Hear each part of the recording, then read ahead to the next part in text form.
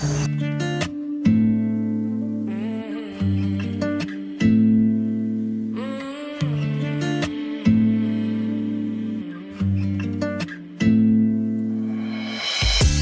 friends since 1995. Hi guys, it's your girl Chichi and welcome back to another amazing video for the channel. In case you're new here, karibu sana, and don't forget to subscribe and join the Triple C family.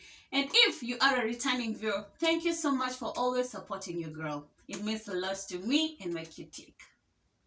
So, on today's video, I really need a drink on this. So, guys, this video is quite emotional for me personally because on the 28th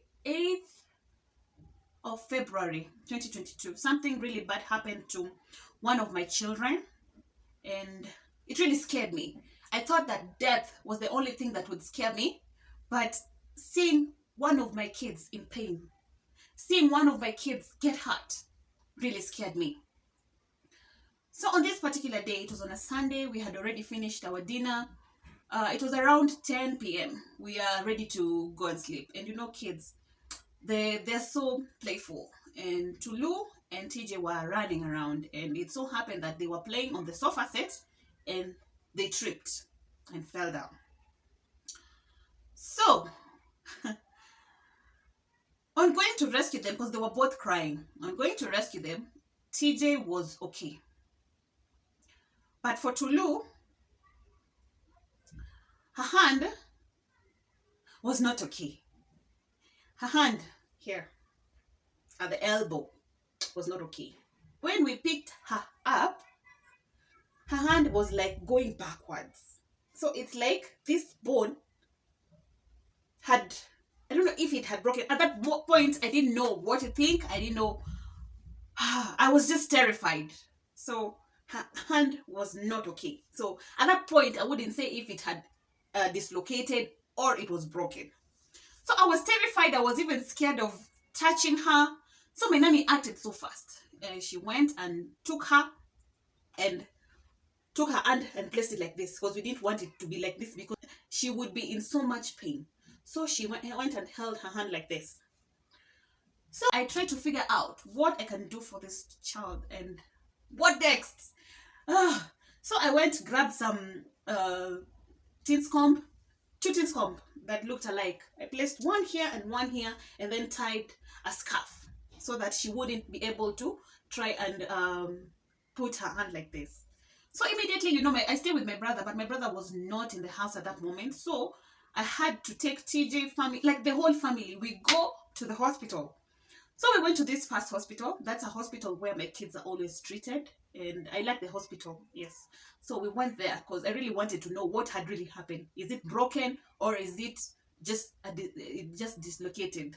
They told me, this case, you need first to do an x-ray to know what really happened to that hand. So they told me, go to the next hospital. They might have an x-ray.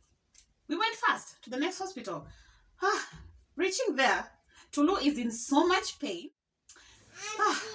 She was in so much pain. She was literally crying and she was tired. They told me to pay for consultation fee, which I did because I really wanted help. They took us to the emergency room. We didn't see any doctor. No doctor came to see us.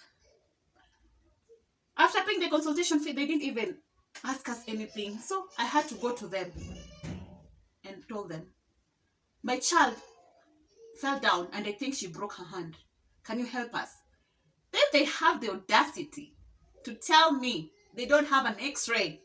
I have to go to their main branch in Pangani. I was like, you guys, you can't even try and see how this baby is crying so that you can even give her a painkiller. Seriously? Said fine. Let me go to Gertrude's hospital because it's a children's hospital and kids fall sick every other time and the hospital is always open. On arriving in Gertrude's Dawn Home branch, they don't operate 24 hours. It's not a 24 hours hospital. So guys, in case you have a child and you need to go to Gertrude's, go to their Muthaiga branch. Most of these small branches don't operate 24 hours. So I said, Muthaiga, this child, I need to give her something for this pain, because she was crying. She was tired of crying, and she wanted to sleep. So what I did, I called a doctor friend, and he told me, because it was now almost 2 hours since she broke her hand. It was bad. It was bad. Seeing a child cry like that, it's not easy. It's not good for a parent, you know. So I called my doctor friend, and he told me, at this hour, instead of looking at those private hospitals, they'll zungusha you. Please just rush to Kenyatta. They will help you. So I didn't want to go with the rest of my family to Kenyatta. So we took back my nanny and Fami and TJ back to the house. My brother had already come to where we were. So my brother and Tulu rushed to Kenyatta Hospital. And thank you for that Uber guy. He was so patient with us. He did not overcharge us. And it was... thank you so much for your hospitality. So I'm reaching Kenyatta. It's my first time to be in Kenyatta. I don't know what I'm supposed to do. I don't know where I'm supposed to go. Thankfully, we reached at Kenyatta at around 12. Yes. And I think at night, there are no many people. So I went there. I was booked for the triage. At least they did first aid for her. As you guys can see, they did the first aid for her, which calmed me, because they also gave her painkillers to ease in the pain. My baby was so tired. My baby wanted to sleep. She was tired of the pain. She just wanted to close her eyes and sleep. At least the medicine that she was given helped her in that. So Kenyatta is good. You guys, people hear a lot of nonsense about Kenyatta Hospital, but until you find yourself in that situation is when you will know, actually, this hospital is not that bad. But now, the process, the wait, you need to go there when you mentally know that Kenyatta, you will be treated, but you need to be patient. Yes, that's what I learned with Kenyatta Hospital. You need to be patient. Ukiwa na haraka, my friend, go to another hospital.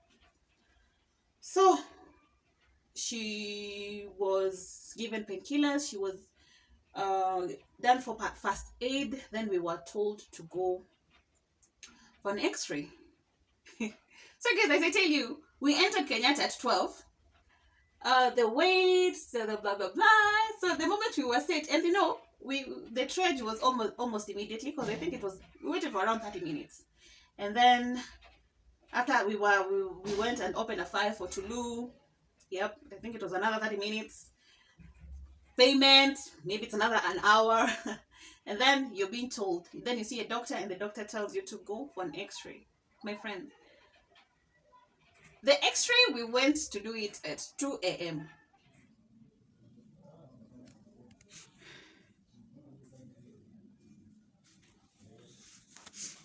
I'm so tired. It's actually 2 a.m. in the morning, waiting for Tulu to be done an x-ray. It's frustrating. Very much frustrating. Yep, 2 a.m. in the morning. But at least they helped with the pain. Now Tulu was sleeping all that time.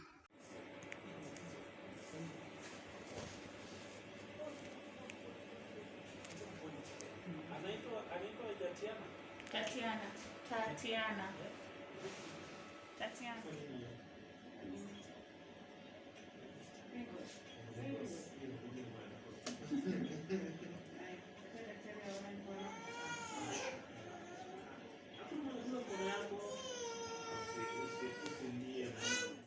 So So we were done with the x-ray. We went for another review. So on checking the x-ray, now the doctor tells me that is around 4. I think now we went and saw the doctor at around 4 a.m. after the x-ray. And we were told that she needed to be admitted. I'm like, hi? Admission tena. I said, she needs to go to the theater. Theater? Mtoto ameanguka kwa sofa set. And then I asked, what could be the cause of that? They told me the hand had dislocated, but the way the bone had gone to, if they don't do the surgery, her hand will pona vikombo. So, you guys, I was like, okay, ni almost asubuhi. I'm supposed to go to work in the morning. I'm still in shock on whatever had happened. It was sad. It was sad. So, we... Guys, I'm even scared of saying what really happened after being told that we need to be admitted. My brother and I decided to help at the hospital because I thought, these guys are joking. Mtoto ameanguka tu kwa sofa. Akaumia mkono. You're telling me it's a dislocation. Why don't you just try and straighten it? Of which they did. Because they didn't cast it. They just placed a plaster. So I'm like, okay, you plaster. It's not that serious. Now that you placed a plaster, it's okay. It will be fine. So, we have had. Can remember we were reaching the house at around 6. 6 a.m.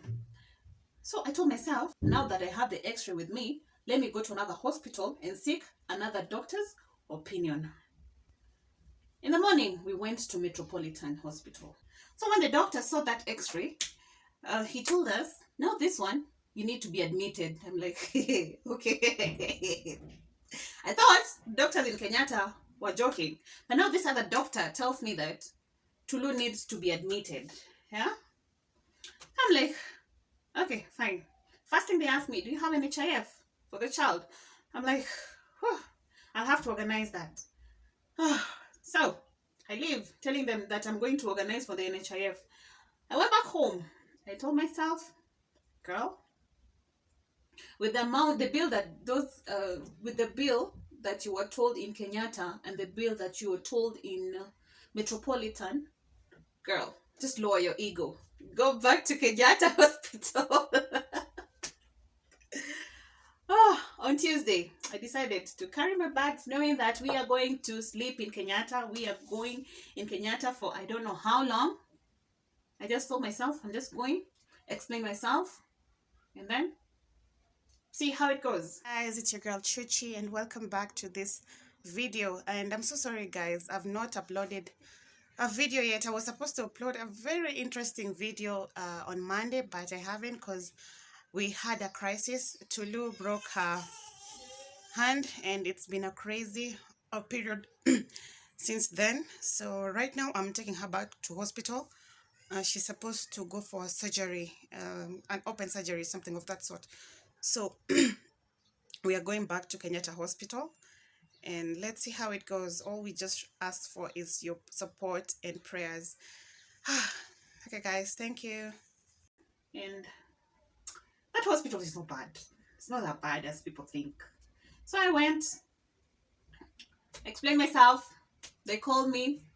Oh, who do I abscond? Absconders. They called us absconders. Every room I went, my case was being treated as an absconding case, which is okay because I know it was my fault. It wasn't my fault knowing, but I thought my situation would be different in another hospital. So we went, we got admitted. They scheduled us for a surgery in the morning. Yes, they scheduled us for surgery in the morning. And it really terrified me because we always know that when someone goes to the surgery, and when they gave me that consent to read and sign, it's either someone comes back alive or dead. despite the situation of the disease, despite the situation of the injury. Yes, you have to get scared. And guys, wait for part 2 of this series where Tulu broke her hand.